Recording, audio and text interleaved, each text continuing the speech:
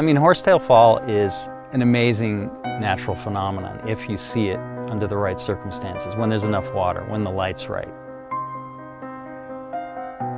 This thin ribbon of water just glowing neon orange with the cliff and the shade behind it, so it just seems like it has its own sort of light, that there's nothing else creating it. So it's really an amazing and beautiful thing to see.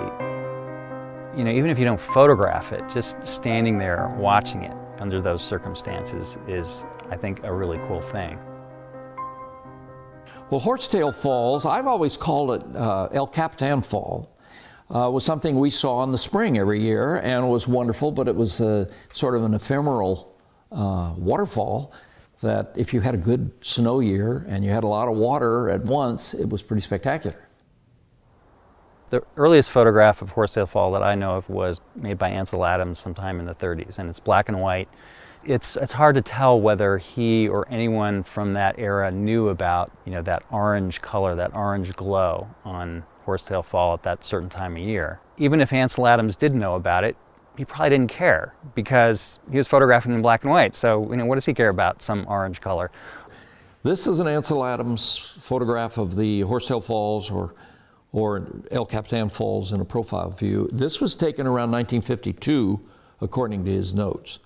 The color is there, but his camera is only going to produce a black and white image, and his exposure and his treatment of the darkroom was such to make it look like what he wanted it to be, not necessarily what you and I would see at that same time.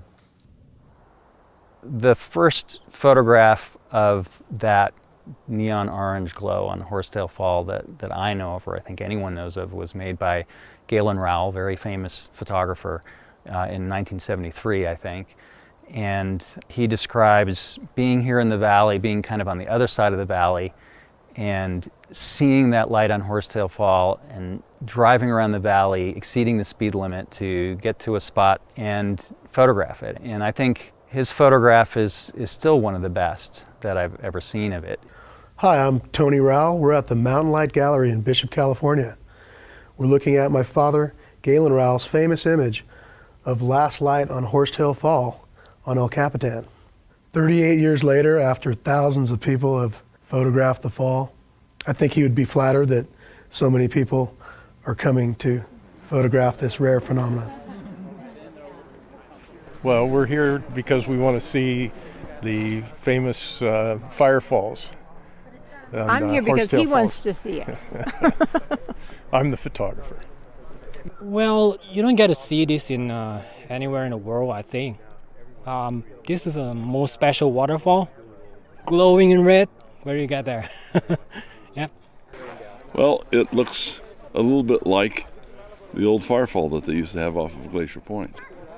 The firefall basically was around 5 in the afternoon. They would build a bonfire, light a bonfire of red fir bark right on the edge at Glacier Point.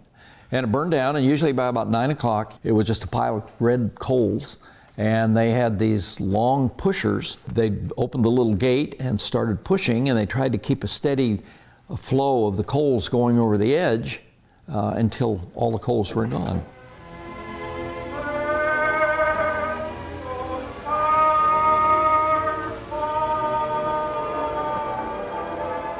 Then the waiting fire tenders push the coals over the brink. Silently, the glowing cascade fans out into a fiery cataract, drifting down in slow, majestic motion. For a fleeting moment, its beauty holds you spellbound. Then you gather it up as your most treasured memory of Yosemite, Valley of Enchantment.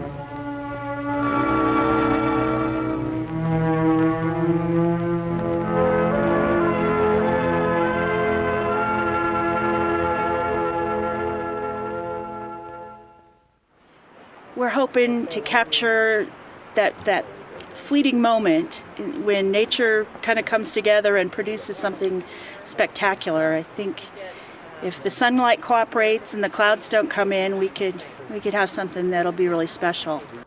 Trying to photograph Horsetail Fall gives you an appreciation for the movement of the sun, the changing angles of the sun during the year, the changing water flow from the snowpack and the temperature. It only occurs in February for a 2-week period and doesn't occur every single year. It depends on if there's water flowing, if you've got a nice clear sky. If you have any clouds or any fog, you won't get this. So you may miss it for years. It may not occur. That's one thing as a photographer, you learn more about weather than anything else. And just looking at this, I'm hoping that it doesn't, get any more occluded, any more tight between those cirrus clouds.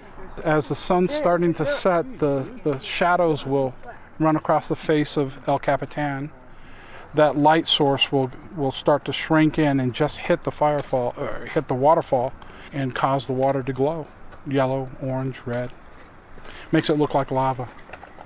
That makes the picture very special if you can take a good pictures, because it's nothing to do with your technique or with anything. It's just, the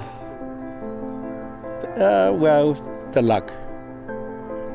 You sit here and you watch this gray and silver and white, and pretty soon a little pink comes up, and then it gets redder and redder, and it lights up like someone put makeup on it.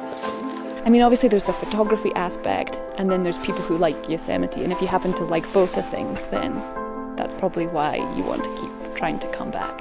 I'm sure many of these people have come every year. They don't just come once. No matter what your level of expertise is, you're going to go home with pictures that you're going to love, because it's hard to take a picture of Yosemite that isn't great. Photography is probably an excuse to come out here, see the sights. Good excuse to come up here and spend some time. You can't go anywhere without getting something special. Everything here is special. Everything from the air you breathe to the sunrise, the sunsets, the fog in the valley. It just goes on and on. I don't know, it's just breathtaking to me. Just breathtaking. I think that's it. There's always another photo. There's always another experience in the exact same spot you're at. So you just need to be open. And it just keeps giving gift after gift after gift.